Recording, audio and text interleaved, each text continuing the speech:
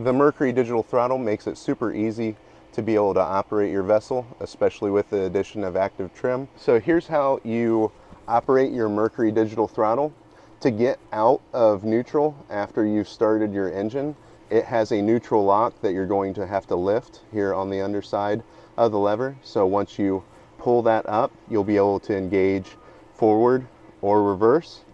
The nice thing of your neutral lock under here is that the throttle doesn't get inadvertently bumped into gear, so that's a nice feature add. Also, along the side of your throttle arm here, you have your trim buttons. So to trim the motor up or down, you've got that function there. Also, the convenience of if you didn't want to crank from your key switch, you easily have a start-stop button right here that can start and then also stop your engine.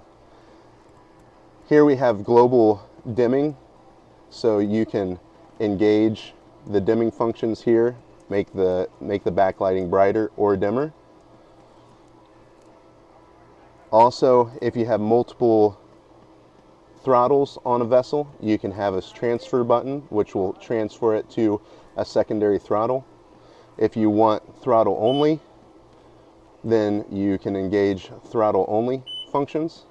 And then also you have your active trim profile. So as you engage active trim, you can increase or decrease this set point on which profile you're selecting from.